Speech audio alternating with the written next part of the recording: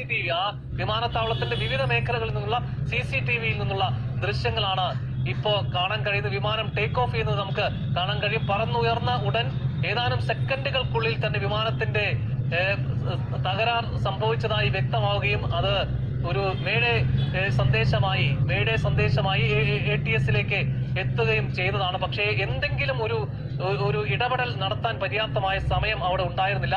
വളരെ പെട്ടെന്ന് ആ വിമാനം തകർന്നു വീഴുന്നതും കാണുകയാണ്. ജോസഫ്, ആ വിമാനത്തിന്റെ ടേക്ക് ഓഫിന്റെ കൃത്യമായ ദൃശ്യങ്ങൾ, അപകടം വരെയുള്ള ദൃശ്യങ്ങൾ ഒറ്റ ഫ്രെയിമിൽ തന്നെ കാണാൻ ആവുന്ന തരത്തിലാണ് ഈ CCTV ദൃശ്യം പുറത്തു വന്നിരിക്കുന്നത്.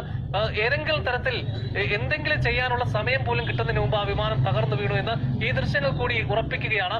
അതിന്റെ ആശങ്കയും ചോദ്യങ്ങളും കൂടുതൽ ശക്തമാവുകയുമല്ലേ, എന്താണ് സംഭവിച്ചതെന്ന്?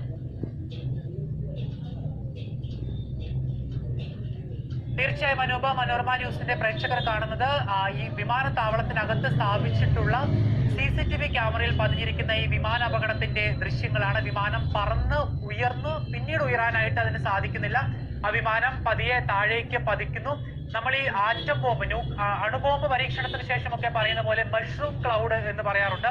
അതുപോലെയാണ് ഈ വിമാനം അവിടെ നിലത്ത് തകർന്ന് വീണതിന് ശേഷം ആകാശത്തേക്ക് ആ തീഗോളവും പിന്നീട് പുകപടലങ്ങളും എല്ലാം ഉയരുന്നത്. അത് മഷ്റൂം ക്ലൗഡ് പോലെ തന്നെ കിലോമീറ്റർ കണക്കിന് ദൂരേക്ക് കാണാവുന്ന തരത്തിൽ വലിയ രീതിയിൽ ആദ്യം തീഗോളമായും പിന്നീട് പുകപടലങ്ങളായും കാര്യങ്ങളൊക്കെ മാറുന്നു.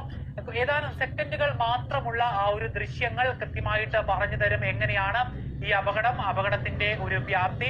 ഒരാൾ മാത്രം അവശേഷിച്ച അല്ലെങ്കിൽ ജീവനോടെ അത്ഭുതകരമായി രക്ഷപ്പെട്ട് ഈ അപകടത്തിന്റെ വ്യാപ്തി എത്രത്തോളം ഉണ്ടെന്ന് ഈ ദൃശ്യങ്ങൾ മാത്രം മതിയാകും. എത്രത്തോളം ഒരു വലിയ ദുരന്തമാണ് ഉണ്ടായിരിക്കുന്നത് എന്നുള്ളത്. ലോകത്തെ ഒന്നാം നിര വിമാന കമ്പനികളിൽ ഒന്നായ ബോയിങ്ങിന്റെ തന്നെ ഒന്നാം നിര വിമാനങ്ങളിൽ ഒന്നായ ഈ